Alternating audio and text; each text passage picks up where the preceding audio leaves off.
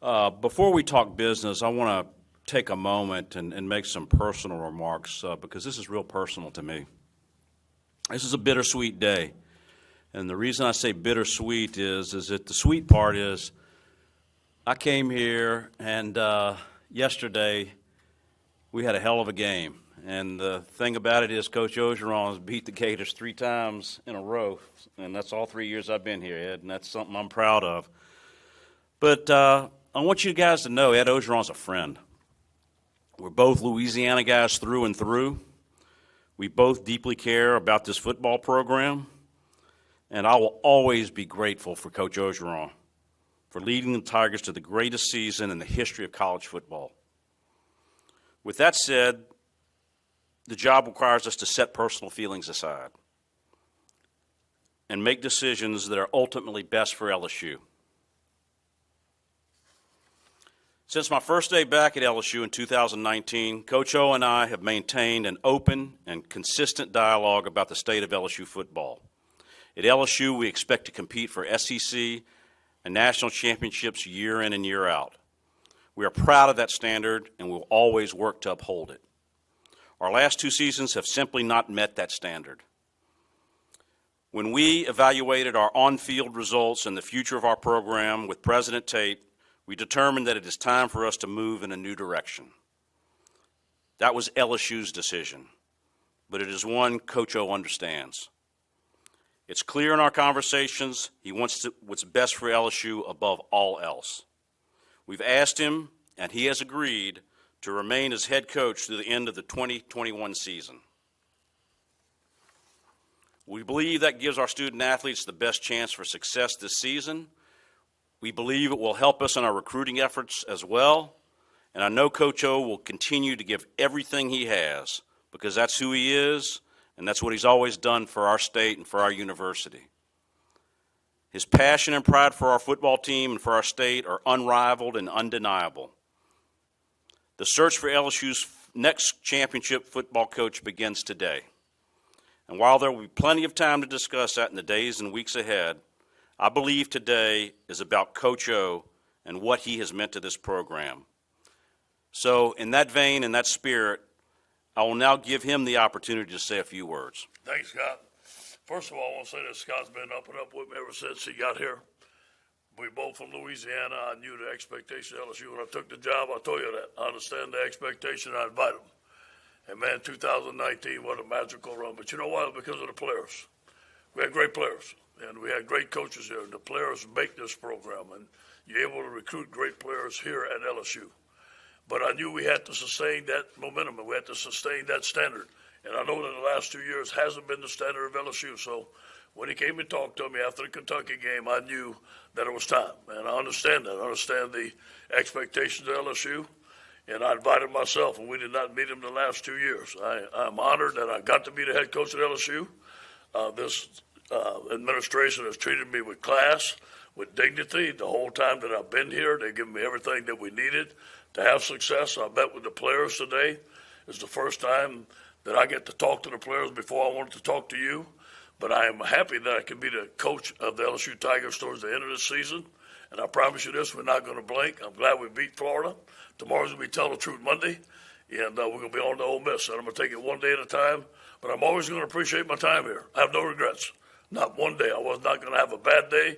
I'm not going to blink. I'll tell you guys that. You know, the circumstances that we haven't won enough games in the last 2 years, I totally get it.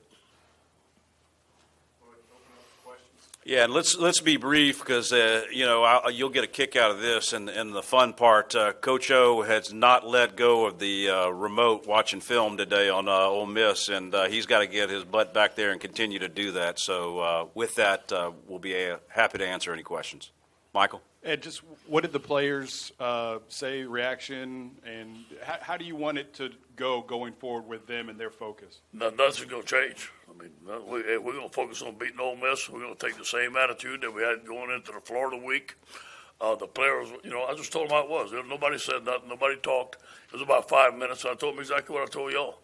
I understood the expectations of LSU, and I knew after the Kentucky game that we were heading down a road that wasn't positive for LSU, and that there was going to be a change made, and I just felt that.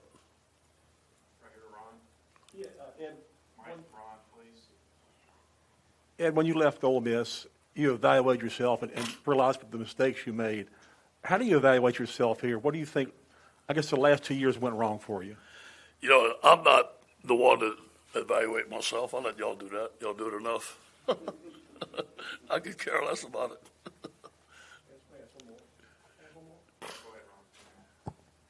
You've often talked about this. I know at Ole Miss did want to micromanage coaches. Do you think at times here that you were a bit too much CEO and maybe not enough hands-on? No, not at all. I don't regret a minute. I think we did it the right way. No excuses. I think we did it the right way. And, you know, hey, when you win, you're doing everything perfect. When you lose, you're not. That's just the way it is. Coach, someone who watched the game yesterday said it seemed like a weight was lifted off of you coaching that game yesterday. Do you think you'll have some fun with it maybe? Is there any weight lifted off you now that this is kind of cleared up? Or? Yeah, the weight was lifted off of me because I felt like we were going to win. I mean, that was yesterday. You know, I didn't know everything's going to be finalized. You know, but now, you know, that doesn't matter. That's not the way I'm going to coach. That's not the way I'm going to be. I'm going to be the same guy I was today and be the same guy tomorrow with this football team till my last day here at LSU. Ed, where do you think it went wrong? Do you feel like it was a lack of focus? Was it just the perfect storm to get to the top and things kind of conspired against you to get to where we are now? You know, I've been really concerned with the day-to-day process of what's been going on. And, you know, I've never looked at it like that, what went wrong and nothing like that. I don't have the answer. If I have the answer what went wrong, I'd have fixed it.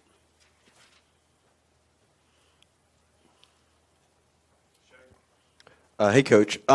Just with recruiting, and I know that's one thing you've been huge on in the transfer portal. How the next month and a half? How do you handle that? Talking to parents, talking to kids in the team. I'm going to tell them to come to LSU. I'm going to still recruit the players. Tell them to come to LSU. This is a great place. I recruited them to come to LSU. Why would I tell them any different now? So I'll tell them to come to LSU. This is a great place. They can hire a great coach. You can have great success here at LSU. My message to the recruits will not change.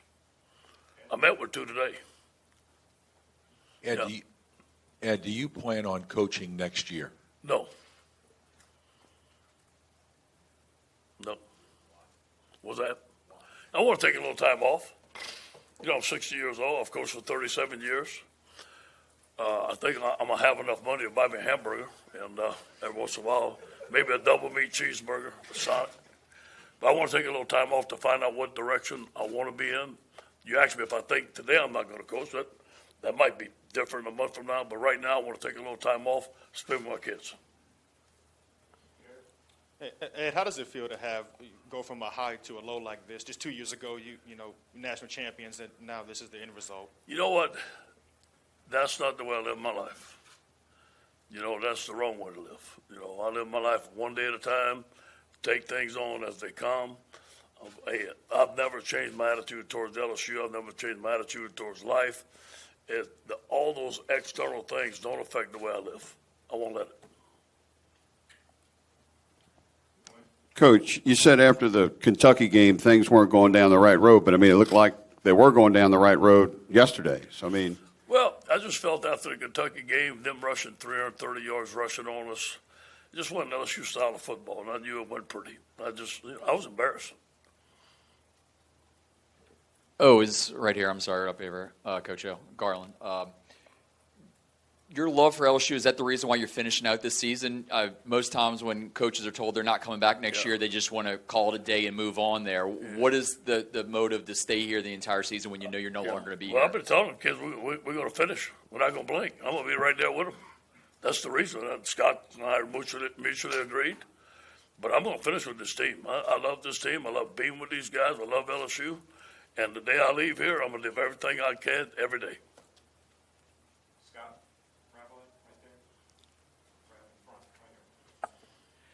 Ed, right here. Thank you. All the players that you're without now, this season that have gone on through this year with all the injuries, and you have a player who's academically ineligible. Did you ever want to say, hey, look, if it weren't for these things, I'd be winning? Did you ever want to, look for an excuse? Never. We'd be far without them. We did the same thing last year. So, hey, you know, I wouldn't change a thing. Not a thing. This week you told us that the Gator Chomp was one of your favorite memories. I'm sure you got a lot of favorite memories Yeah. of your time here at LSU, but you got any that come to mind other than that? You know, definitely the championship year. There's a lot of great memories during that championship year. A lot of great memories. I can't single out one. There's a lot of great memories.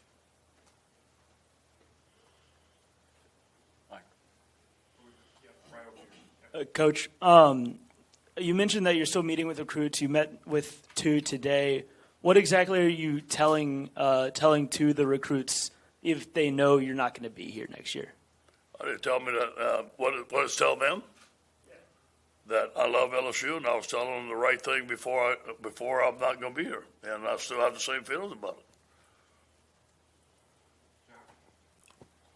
Coach, do you feel there's some greatness in this team left as you make your I know last there's run? a lot of fight in this team. I love the way we ran the ball yesterday. I love the way we stopped the run. I think Glenn Logan really helped us coming back. See Ty Davis-Price and see the offensive line gelling like we did and us sticking to the run, being recommitted to the run. But we're going to take it one day at a time. Hey, tomorrow is Tell the Truth Monday. We're going to get on to Ole Miss, and it's a big job ahead. But, you know, we have a tough schedule ahead. We'll take it one day at a time. I'm glad we got this out the way tomorrow so we can focus on Ole Miss. And if you reach a bowl game, do you think you'll coach in the bowl as well? Yes. And whether it was fair or not, okay, a lot of people are making a big deal out of what happened last year with the African-American players on the team. Can you clear that up as to exactly what's your take on what happened with that situation? You know, that was the thing that was – go ahead, Scott. Yeah, I can clear it up. It had nothing to do with this decision. You know, and Coach can talk about his personal feelings, but it was wins and losses on the field and where this program was going. You know, that was something that was going on across the country. I mean, it wasn't just here. So, but I think we dealt with it. I think we've made positive progress towards the things that were wrong, and I know LSU's heading in the right direction. I don't feel that at all on this year's team, not at all. Hey, Coach O, who have you talked to in your family? How did those conversations go with that? You know, you told them that you're no longer be the coach at LSU. Yeah, good. I talked to my sons. Obviously, we discussed it, and they're fine with it. There's closure. They all 3 of them want to coach. I'm about to help them coaching. I talked to Coco. I ain't gonna tell you what Coco said. She wanted to make sure I got my money.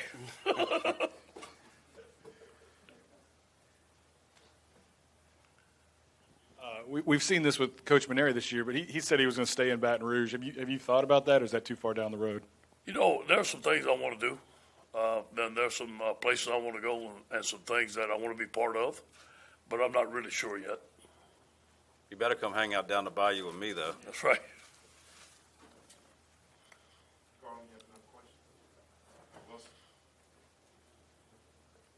And I think, excuse me, I think it was in this room 5 years ago that you brought out the rope and you wanted to change, the program as you came on as the interim.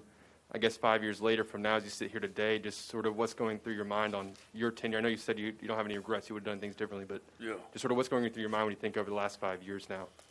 Well, it's a great run, if you ask me.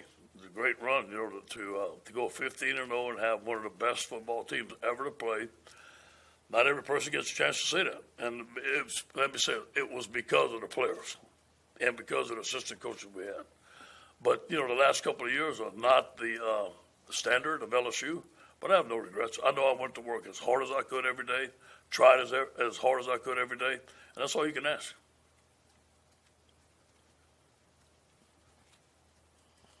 Hey, Scott Garland here. Getting this out of the way now, does this give you a leg up? How does this give you a leg up in getting your coaching search? You said it started today. Have you already started reaching out? How has the process begun for you? Garland, there'll be a time and a place for that, and today's about Coach O and this team, and we'll talk about that later. We have plenty of time to do that. Thanks, though. Coach, if you could give one piece of advice to the next coach that you learned over the last couple of years, what would it be? Not my job. Not my job to do that. Scott, you just said it's about Coach O. Just if you would elaborate more on there is such a tie with this state to that man, and likewise, I guess it's going to be difficult. It's going to be odd, right? But like, just what he's meant to the program and the athletics. Yeah, and like I told you personally, it's gonna be difficult and different for me because, every day I'd see Parker and I'd see Tyler, and when Cody came to town, I saw him, and I'd see O every day. I tried to make this program as good as I could, and I was part of this with O. Here I am. I'm LSU, and that's who I am, and O was part of that, and we tried to get better every single day and tried hard every single day, but. It's going to be something that I really miss because Ed's a friend, and he's Louisianian through and through, and we have a lot in common, and we know these things. And I can't say that about everyone I've been in business with. And this guy accepted me from day one and accepted me as a partner, and I asked him if he would, and that's how I approached it, and we did. And he let me be a part as little as I did in that 19-year, be a something that was really, truly special. And I'll forever have that with O, and we'll have that bond. And the hard times, because he didn't make excuses, and as he says, it's not a cliche. You guys think it's coach speak. He doesn't blink. And that's who he does. That's who he is. He's positive. He's looking at things the right way. And like a true Louisianian, he loves those boys more than anything in the world. And, man, when you do that, you go a long way with Scott Woodward. Thank